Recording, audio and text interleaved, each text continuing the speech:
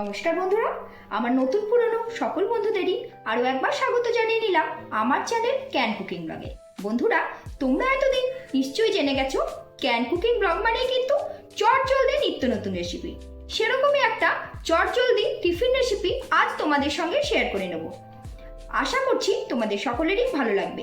রোজ রোজ রুটি পরোটা খেতে সকলেরই ভালো লাগে না, কিন্তু একটা অন্যরকম হেলদি অ্যান্ড টেস্টি সকালের ব্রেকফাস্টের রেসিপি যদি ভালো করে তৈরি করা যায় তাহলে ছোট থেকে বড় সকলেরই ভালো লাগবে। সেরকমই একটা রেসিপি 5 থেকে 7 মিনিট হাতে সময় নিয়ে কিভাবে বানিয়ে নেওয়া যায় সেটাই আজকে তোমাদের সঙ্গে শেয়ার করব। আমার হাতেও সময় কম আছে, তাই চলো দেরি না করে চটপট করে রেসিপিটা তৈরি করে নিই। এখানে আমি 250 গ্রাম মতো চিকেন নিয়ে নিয়েছি, আর যেটাকে ছোট ছোট করে কিমার মতো করে কেটে নিয়েছি। এবার এই চিকেনটা একটু ম্যারিনেট করে নেব। আর চিকেন ম্যারিনেট করে নেওয়ার জন্য কী কী লাগছে সেটা একটু তোমাদের দেখিয়ে দিই। তার আগে চিকেনটাকে একটু হাত দিয়ে ছাড়িয়ে নিচ্ছি। এবার দিয়ে দিলাম এর মধ্যে অল্প একটু লবণ, দিয়ে দিচ্ছি 1 চামচ মতো ভিনিগার, আর এর মধ্যে দিয়ে দেব কিছুটা পরিমাণে রসুন আমি একদম গ্রেট করে রেখেছি, সেটাকে দিয়ে দিলাম। মোটামুটি 1 চামচ মতো গ্রেট করা রসুন। আর এবার এর মধ্যে দিয়ে দিচ্ছি 1/2 চামচ মতো ব্ল্যাক পেপার। এবার এই 4টে উপকরণ দিয়ে একসঙ্গে চিকেনটাকে ম্যারিনেট করে রেখে দিচ্ছি।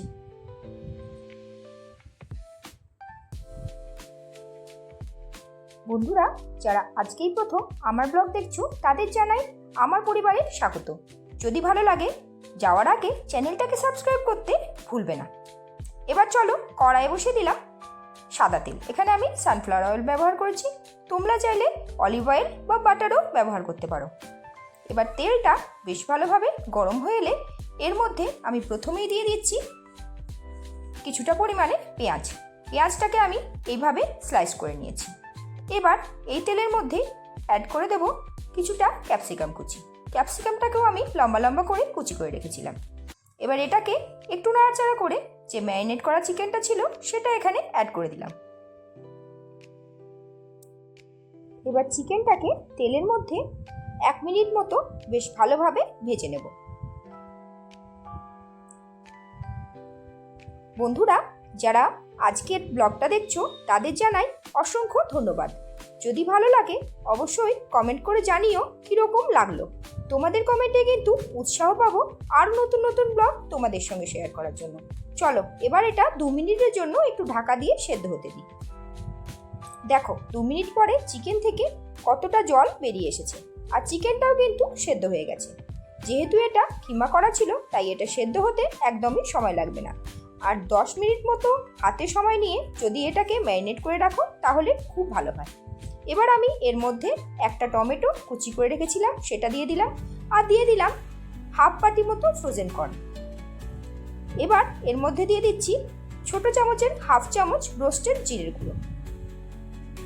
এবার এটাকে বেশ ভালোভাবে ভেজে নেওয়ার পর এর মধ্যে অ্যাড করে দেব ছোট চামচের 1/2 চামচ মতো ব্ল্যাক পেপার।